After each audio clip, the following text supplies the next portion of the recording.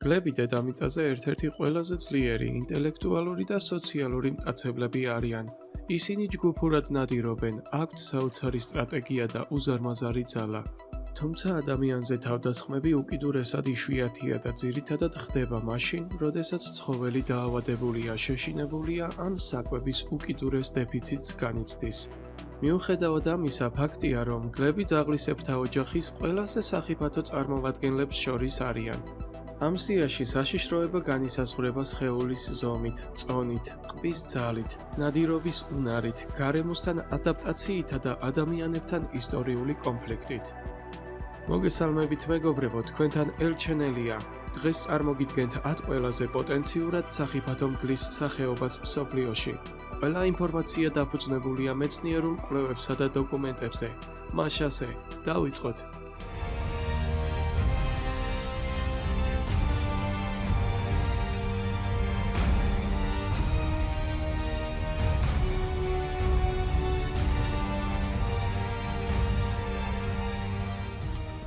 ნომერი 10. ჰიმალაის მგელი.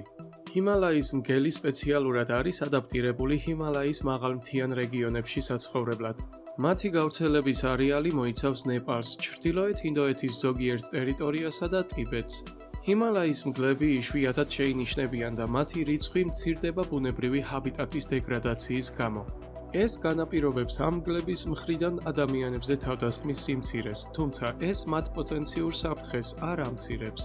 პლატფორმა ბრიფლანდის მონაცემებით მე-14 და მე-20 საუკუნეებს შორის ჰიმალაის მგლების თავდასხმებს 7600-მდე ადამიანი ემსხვერპლა. ერთ-ერთ კვლევაში აღნიშნულია 12 წლის ბიჭზე თავდასხმაც, რომლის დროსაც ცხოველმა ბავშვს სახის არეში მძიმე ჭრილობა მიაყენა. დაფიქსირდა ლოყებისა და შუბლის ღრმა დაზიანებები. ვინაიდან მგლები მწვერვალური მტაცებლები არიან, განსაკუთრებით ძლიერი ყბებითა და ბასრი კბილებით, მათ მიერ მიყენებულმა ზიანმა შესაძლოა მძიმე კვალი დატოვოს ან სასიკვდილოც აღმოჩნდეს. ჩვენს სიაში ჰიმალაის მგელი ყველაზე ბოლო ადგილზეა მისი რიცხობრივი სიმცირის გამო, თუმცა ამ სახეობას ყველა უკიდურესად უნდა მოერიდოს. ნომერი 9. შავი მგელი. შავი მგლები იდუმალი და უცნაური გარეგნობით გამოირჩევიან, თითქოს ბუნებაში რაღაც დაფარულ ძალას მალავენ. თუმცა შავი შეფერილობა საკმაოდ იშვიათია და კონკრეტულ ტერიტორიებზეა დამოკიდებული. შავი მგელი ცალკე სახეობა არ არის. ეს ფერი ნაცრისფერი მგლებისა და მოშინაურებული ძაღლების უძველესი შეჯვარების გენეტიკური მუტაციის შედეგია. ამ მუტაციამ ბეწვის მუქი პიგმენტაცია გამოიწვია. მათი სიმცირის გამო ძალიან ცოტა შემთხვევაა დაფიქსირებული, როდესაც ადამიანი შავი მგლის თავდასხმის მსხვერპლი გახდა. თუმცა 2016 წელს გავრცელდა ვირუსული ვიდეო, სადაც ჩანს, როგორ ესმის თავს შავი მგელი ერთ-ერთი მოლაშქრის ძაღლს. ველური მტაცებლები ხშირად ესხმიან თავს შინაურ ძაღლებს, რადგან მათ კონკურენტებად აღიქვამენ. მიუხედავად იმისა, რომ შავი მგლები ევროპაშიც გვხვდებიან, მათი უმრავლესობა ჩრდილოეთ ამერიკაში, კანადასა და ამერიკის შეერთებულ შტატებში ცხოვრობს. ვაიომინგში მდებარე იელოუსტოუნის ეროვნული პარკი შავი მგლების ერთ-ერთი მთავარი საცხოვრებელია. ცნობილია, რომ პარკის საზღვრებში 100-ზე მეტი მათგანი ნადირობს. ეროვნული პარკების სამსახური სტუმრებს მუდმივად აფრთხილებს, რომ მგლების ტერიტორიაზე ფრთხილად იყვნენ და დისტანცია დაიცვან. ნომერი 8. ევრაზიული მგელი. ევრაზიული მგელი ასევე ცნობილია როგორც ევროპული მგელი. გავრცელებულია თითქმის მთელ კონტინენტურ ევროპასა და აზიის ნაწილში. მე-18 საუკუნეში ფართოდ გავრცელებული მგლების პოპულაცია მომდევნო საუკუნეებში მეორე მსოფლიოს ომამდე სისტემატიური ნადირობის გამო საგრძნობლად შემცირდა. დღესდღეობით ისინი ძირითადად ბინადრობენ აღმოსავლეთ ევროპის ქვეყნებში, როგორიცაა რუმინეთი და ბალკანეთის სახელმწიფოები. რადგან ევროპა მჭიდროდ დასახლებული კონტინენტია, ეს მგლები ადამიანთა დასახლებებთან სიახლოვეს არიან მიჩვეულნი, რაც მათ მეტად სახიფათოს ხდის. მიუხედავად იმისა, რომ ისინი ძირითადად შინაურ ცხოველებზე ნადირობენ, საჭიროების შემთხვევაში ადამიანებზე თავდასხმასაც არ ერიდებიან. მგლების უმეტესობის მსგავსად, ისინი ინსტინქტურადერიდებიან ადამიანს, თუმცა მათ მიმართ შიში მაინც დიდია. მაგალითად 2016 წელს BBC იტყობინებოდა, რომ სამხრეთ რუსეთის ერთ-ერთ სოფელში მოსწავლეებს სპეციალური ტრანსპორტი გამოუყვეს. რადგან ბავშვებს სკოლაში სიარული მგლებისგან თავდასაცავად ცულებით შეიარაღებულებს უწევდათ. ევრაზიული მგლის ზრდასრული ინდივიდის წონა ხშირად აჭარბებს 45 კილოგრამს. აქვთ უძლიერესი ყბები და რაც მთავარია, მათში ცოფის გავრცელების მაღალი რისკია, რაც ამ ფართოდ გავრცელებულ მგელს კიდევ უფრო საშიშს ხდის. ნომერი 7. არაბეთის მგელი. მიუხედავად იმისა, რომ მგლების უმეტესობა დიდ ჯოგებად ნადირობენ, არაბეთის მგლები უკიდურესად მცირე ჯგუფებად ცხოვრობენ. ხშირად არაუმეტეს სამისა და უდაბნოს მკაცრი პირობების გამო ყოვლის მჭამელები არიან. როგორც ზოგიერთი მკვლევარი აღნიშნავს, ეს მგლები, რომლებსაც ხშირად სინის ნახევარკუნძულზეც ხვდებით, პროვოცირების შემთხვევაში საკმაოდ აგრესიულები არიან. ისინი ადაპტირებულნი არიან ახლო აღმოსავლეთის მშრალ გარემოში ცხოვრებისთვის. მართალია, ადამიანებს ბუნებრივად უფრთხიან, მაგრამ სოფლების სიახლოვეს ხშირად ნადირობენ და პირუტყვს იპარავენ. არაბეთის მგლები პლანეტაზე ყველაზე პატარა მგლის ქვესახეობას წარმოადგენენ. მათი სიმაღლე 2 ფუტს არ აღემატება. წონა კი ძირითადად 25 კილოგრამზე ნაკლებია, თუმცა ეს ზომა არ ნიშნავს, რომ ისინი უსაფრთხო არიან.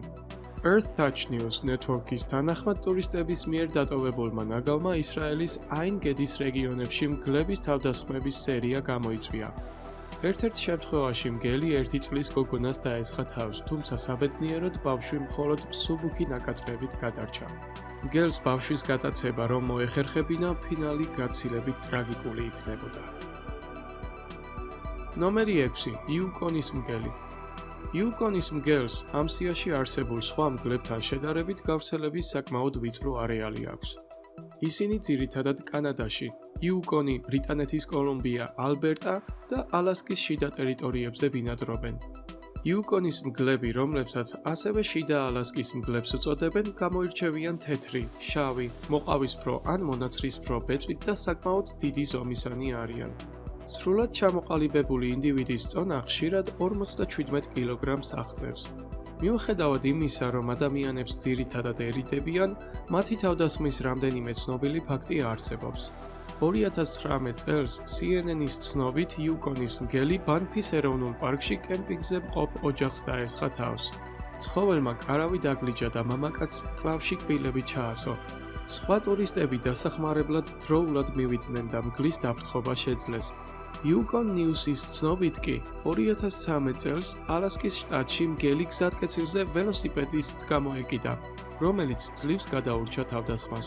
Yukonis მგლისთვის დამახასიათებელია ნადავლის ჯგუფურად გარშემორტყმა, რათა მას გაქცევის შანსი არ დაუტოვონ. ნომერი 5. სტეპის მგელი.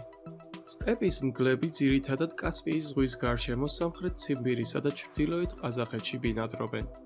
ისინი ჩრდილოეთის მგლების ბიძაშვილებად ითვლებიან, თუმცა მათზე ბევრად აგრესიული ბუნებით გამოირჩევიან.